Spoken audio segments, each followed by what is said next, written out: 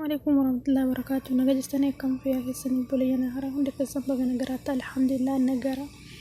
Kabajamtoota jaalatamtoota bulayyantiya simbootuuf subscribe gochuudhaan like share gochuudhaan nagargaaraan isin jira. Akkas ada erga nan qabu erga warra quraana agammaatti hin baranne hurufa hin beekne erga qabaa fi ergaan sunillee quraana osoo hin baratti jalin qabiniin dura kitaaba kana akka barattan isin affeera. Kitaaba kana bitattanii kitaaba harfii quraana kana bitattanii irra qara'uu qabdanii dura hurufa barachuu qabdan quraanatti duunsanii iyyuu soddoma barachuu uduu jala hin qabin dura kitaaba kana akka barattan isin affeera jechuudha.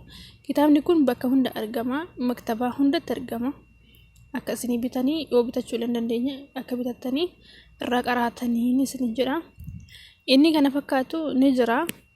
Quraana juz soddoma wajjin kitaabota garagaraa waliin kitaaba Husnul Muslim akkasumas kitaaba hurufa waliin ka dhufu sun shaahina qaba qalamaan qara'ama. San yeroo biraa isin mul'isa inshallah. So kanaafi dursa isa kana bitadhaa. Namni hundinuyyuu quraana hin qara'iniin dura qubee afaan arabaa barachuun dirqama irratti ta'a. Maaliif seera isaa akkaataa harfii odoo hin baratin quraana akkasumatti yoo jalqabani nama dhiba nama jabaata nama galu waan ta'eef. Kanan isin jira bulayyantiya jabaadhaa rabbiin isin alaafisu warra quraana itti jabaatullee hunduma keenyayyuu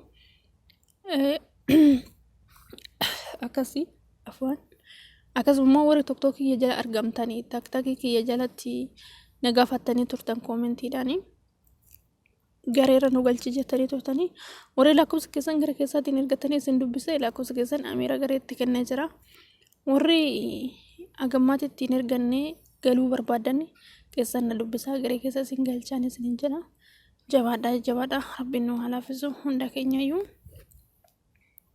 rabbiin quraan nu halaafisu isin jira. Kitaabni kun ammoo quraana jechuudha juz ammaati. Inni kun juz amma irra jira. Hanga juz ammaati jechuuti baay'ee bareedaadhaan baay'ee jaaladhee jira. Isa kanallee maktaba argama bitattanii harfiin isaa baay'ee natti tolee jira. Harfii gurguddaadha nama haarawaa baratu hakkiyaatiif baay'ee gargaaraa jechuudha. Isa kanallee uduu bitattanii irraa qaraatanii isin gargaaran jedha. Akkasii jabaadhaa bulayyantiya rabbiin hundaa'uu quraana halaafisu quraana barannee walaa barsiisnuun isin jira. Kan beekne haa barsiisnu jabaadhaa rabbi isin halaafisu.